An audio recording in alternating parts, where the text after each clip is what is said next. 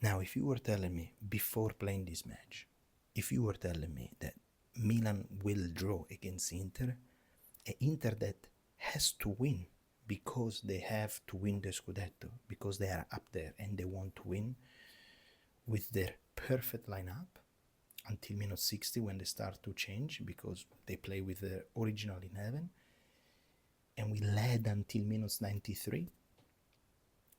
Eventually, the final result is 1-1. In my opinion, I will be very happy. So today, guys, tonight is gonna be a very happy video. So first of all, two things. Number one, subscribe to the channel of the old Rossonero that at 3:30 a.m. here in Taiwan, it is recording a video post-match. Numero uno. Numero due, I'm sorry if I'm not screaming, because I'm surrounded by people that are sleeping. So I don't want to wake them up. However, I still want to do the video for you, man. Absolutely, because the reaction video are my favorite things to do, because after the match they are just raw emotion and I like to just say it as it comes. So let's start to analyze the match, because there are so many things that I really want to point out. Let's start from generally how the match went. Generally, the match, I think it's I will never say that Inter deserved the draw or the victory, but Inter hit 3 times the post and they disallowed 3 times the goal to Inter. 3 and 3, okay? And in the last minute, I know that we played Gabbia, we played Tomori, we played Pavlovic, we played with all our defensive players, but it didn't last. However, it is a good point against an Inter that want to win the Scudetto.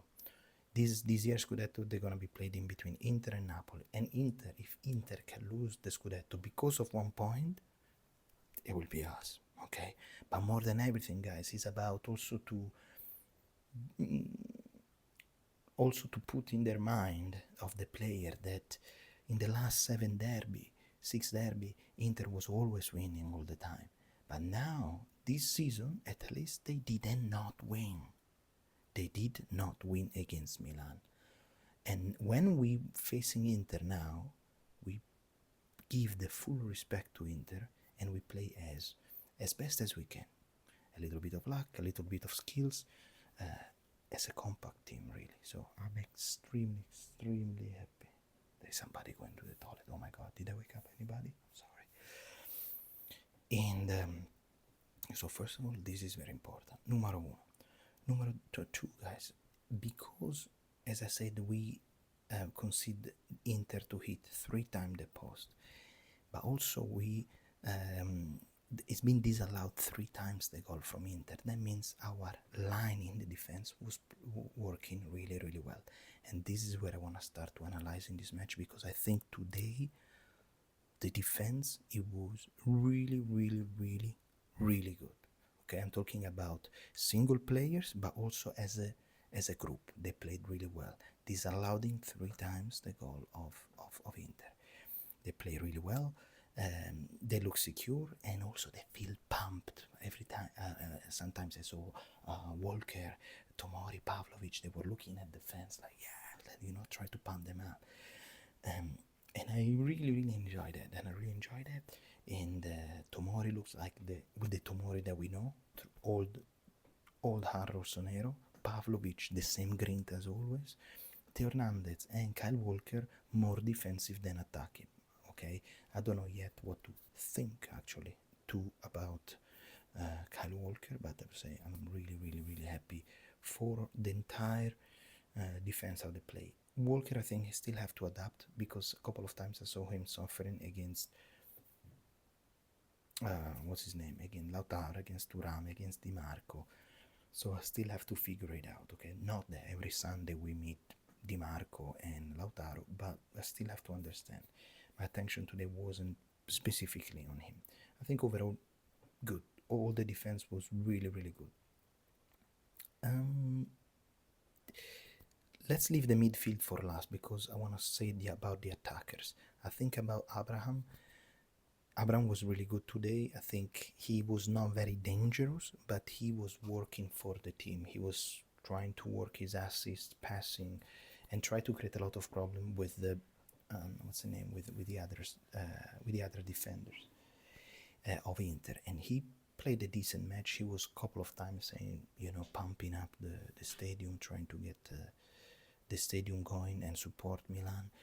Leao and Pulisic on the first half, I think 6 out of 10, nothing really special.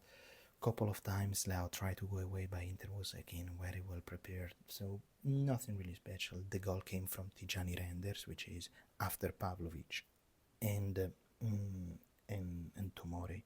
I think he was the best player. I think he was really, really, really good.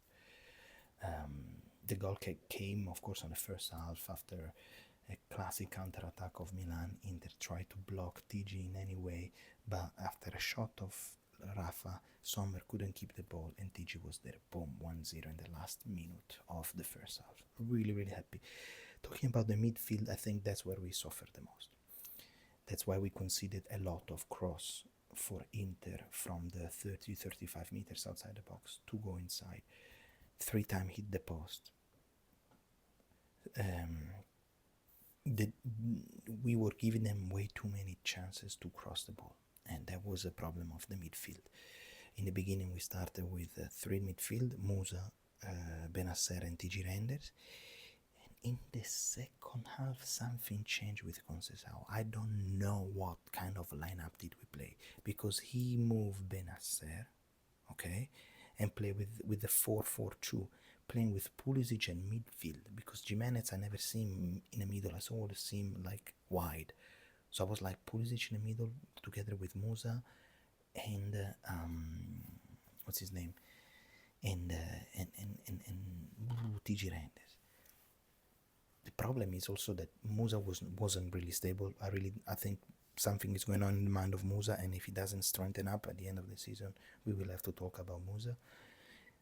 And also we need another midfielder, because today we start to suffering even more when Terracciano came in. Terracciano was not there with a mind, and it is a problem. It is a problem. It is really a problem. I liked Jimenez, how he entered. Jimenez was really, really, really sharp and really aggressive. Probably deserve also a little bit more than what SofaScore is giving me now, 6.7. However, I think that the real problem was the midfield and the substitution, because we didn't have anybody, guys. That's the reality. And once again, let me tell you, we have a problem in midfield, but also is because this team, they're playing a lot. From the beginning of January, the 1st of January, until the 23rd of February, Milan is playing 15 matches. Inter is going to be playing two matches less, because they're not playing the knockout stage of Champions League. But come on, seriously, 15 matches. We cannot all the time expect huge results. Now, this is not our campionato, this is not our league. Inter had to win tonight, not us. Okay? We played our match with all the weapons that we have, and it was pretty good. We drew a match that originally we supposed to lose, and they wanted to win once again, because they have to win this match. They didn't win this season in Serie A against Milan, and this is a message to send them, that when they come to play against Milan now, it is a fair fight. It's not like the last few years that they So overall I'm happy. I'm a bit worried about the campionato now, because now we are exactly 5 points away from Juventus, but one match less. So that's the 4th spot. We need to try to work really, really, really our magic, and we cannot lose anymore. Wednesday we're gonna play against Roma in Coppa Italia. I don't fucking care about Coppa Italia. I hope that we're gonna play with the Primavera, with Milan Futuro, call it as you like it. But I don't want to have my player tired, because then on Sunday there are 3 huge points, 3 massive important points at Empoli. Huge match at Empoli. Never easy match at Empoli. So overall, I think, again, if you were asking me before the match, do you accept a draw? I would say I will fucking take a draw. But how the match went, it burns a little bit because we didn't win. Other than that, believe in this young AC Milan. Ciao, Forza Milan, and good night.